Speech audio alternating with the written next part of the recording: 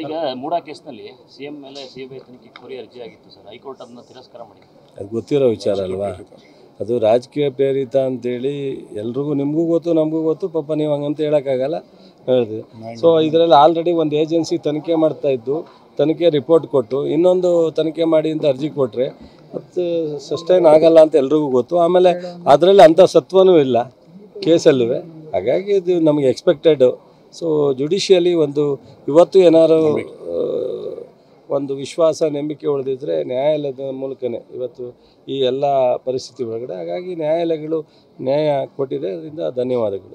Micro finance ವಿಚಾರವಾಗಿ ಸರ್ಕಾರ ಸುಗ್ರೀವಾಜ್ಞೆಗೆ ಅಂಕಿತಕ್ಕೆ ನಿರಾಕರಣೆ ಮಾಡಿದ್ದಾರೆ ರಾಜ್ಯಪಾಲರು ಎಲ್ಲಕ್ಕೂ ನಿರಾಕರಣೆ, ನಮ್ಮ ಸರ್ಕಾರ ಕೊಡೋದಕ್ಕೆಲ್ಲ ನಿರಾಕರಣೆ. ಅದಕ್ಕೆ ನೋಡಿ ಇಂಥ ಕಠಿಣವಾದಂಥ ಪರಿಸ್ಥಿತಿನಲ್ಲೂ ಸಹ ನಮ್ಮ ದಿನನಿತ್ಯ ಆಡಳಿತದಲ್ಲಿ ಅನೇಕ ವಿಚಾರಕ್ಕೆ ಅವರು ಅಂಕಿತ ಹಾಕ್ದಲೇ ವರ್ಷಗಟ್ಟಲೆ ಬಾಕಿ ಉಳಿದಿದೆ. ಗೊತ್ತಾಯ್ತಾ? ಸಿದ್ದರಾಮಯ್ಯನವ್ರಿಗೆ ಮೊದಲೇ ಕೊಟ್ಬಿಟ್ರು. ಆ 3-4 ಜನ BJP-ಅವ್ರಿಗೆ JDS-ನವ್ರಿಗೆ ಅದು ಹಂಗೆ ಇಟ್ಕೊಂಡವ್ರೆ, ಕ್ಲಾರಿಫಿಕೇಷನ್ ಕೇಳ್ಕೊಂಡು. ಅದು ಒಂದು ಕಡೆ ಪೊಲಿಟಿಕಲ್ ಇಶ್ಯೂ ಪ್ರೆಷರ್ ಇದೆ ಮಾಡಿದ್ದಾರೆ ಅಂತ. ಸೊ ಇಲ್ಲಿ ಮೈಕ್ರೋ ಫೈನಾನ್ಸಿಂದ ಎಷ್ಟು ಜನ ತೊಂದರೆ ಅನುಭವಿಸ್ತಾ ಇದ್ದಾರೆ, ಎಷ್ಟು ಜನ ಆತ್ಮಹತ್ಯೆ ಆಗ್ತಾ ಇದೆ, ಇದ್ರ ಬಗ್ಗೆ ಸರ್ಕಾರ ಒಂದು ನಿಲುವು ತೊಗೊಂಡ್ರೆ ಆ ನಿಲುವಿಗೂ ಸಹ ಇವರು ವಾಪಸ್ ಆಗ್ತಾರೆ ಅಂದರೆ ಸೊ ಇದು BJP-ಯ ವಕ್ತಾರರಾಗಿ ಕೆಲಸ ಮಾಡ್ತಾರೆ ಸಾಹೇಬರು. ಅದು ಕಾನ್ಸ್ಟಿಟ್ಯೂಷನ್ ಹುದ್ದೆ.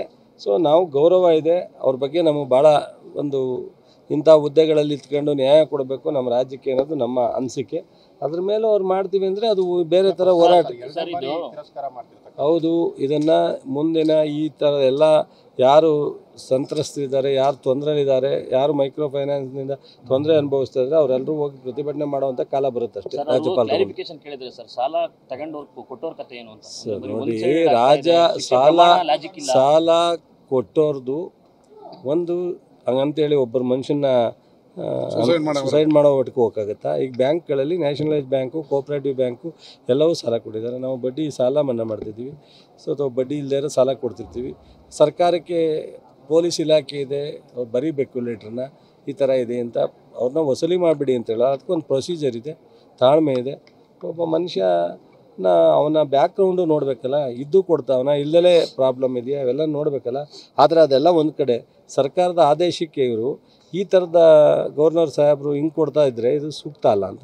ಮತ್ತೊಂದು ಕಡೆ ವಿಪಕ್ಷ ನಾಯಕ ಆರೋಗ್ಯ ಏನು ಸರ್ಕಾರದ ವಿರುದ್ಧ ವಾಗ್ದಾಳಿ ನಡೆಸ್ತಾರೆ. ನೋಡ್ರಿ, ಅಶೋಕಿಗೆ ನಾನು ಹೇಳಿಕೆಗೆ ಕ್ಲಾರಿಫಿಕೇಷನ್ ಕೊಡೋದಕ್ಕೆ ನಮ್ಗೆ ಇಷ್ಟ ಇಲ್ಲ. ಅವರು ನಿಜವಾಗಿ ಅಪೋಸಿಷನ್ ಲೀಡ್ರಾಗಿ ಕೆಲಸ ಮಾಡ್ತಾಯಿಲ್ಲ. ನಾನು ಹೇಳಿದೆ, ನನಗೆ ತುಂಬ ಆತ್ಮೀಯ ಫ್ರೆಂಡು, ನಮ್ಮ ರವಿಗಂತೂ ತುಂಬ ಕ್ಲೋಸು.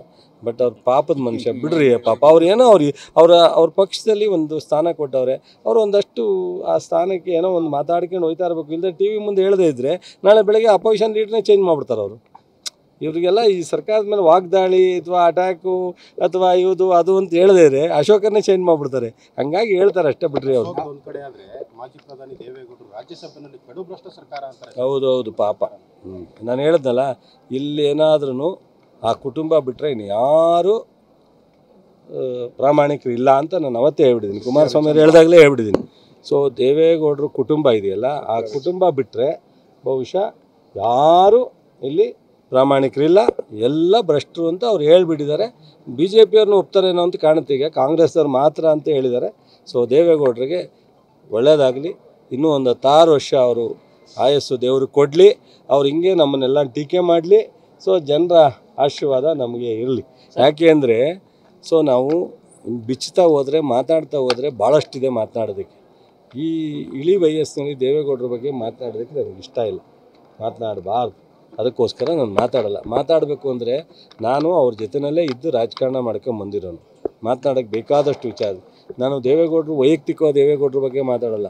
ಅವ್ರ ಕುಟುಂಬದ ವಿಚಾರ ಇದೆಯಲ್ಲ, ಇದನ್ನು ಅವ್ರು ಯಾವಾಗ ನನ್ನ ಜೊತೆಲಿದ್ದಾಗ ಏನು ಹೇಳಿದ್ರು ಅವ್ರ ಮಕ್ಕಳಿಗೆ ಬುದ್ಧಿನ, ಅದೆಲ್ಲ ಇದೆ ನಮ್ಮ ಹತ್ರ. ನಾನು ಚಪ್ಪಲಿ ಹಾಕಿ ಓಡಾಡ್ತಿದ್ದೆ, ಒಂದು ಹವಾಯಿ ಚಪ್ಪಲಿ ಪಂಚೆ ಇದೆ, ನೀವು ಹಂಗೆ ಇದ್ದೀರಪ್ಪ ಅಂತ ಅವ್ರ ಮಕ್ಕಳನ್ನ ಕೇಳ್ತಿದ್ರು ಆ ಥರ.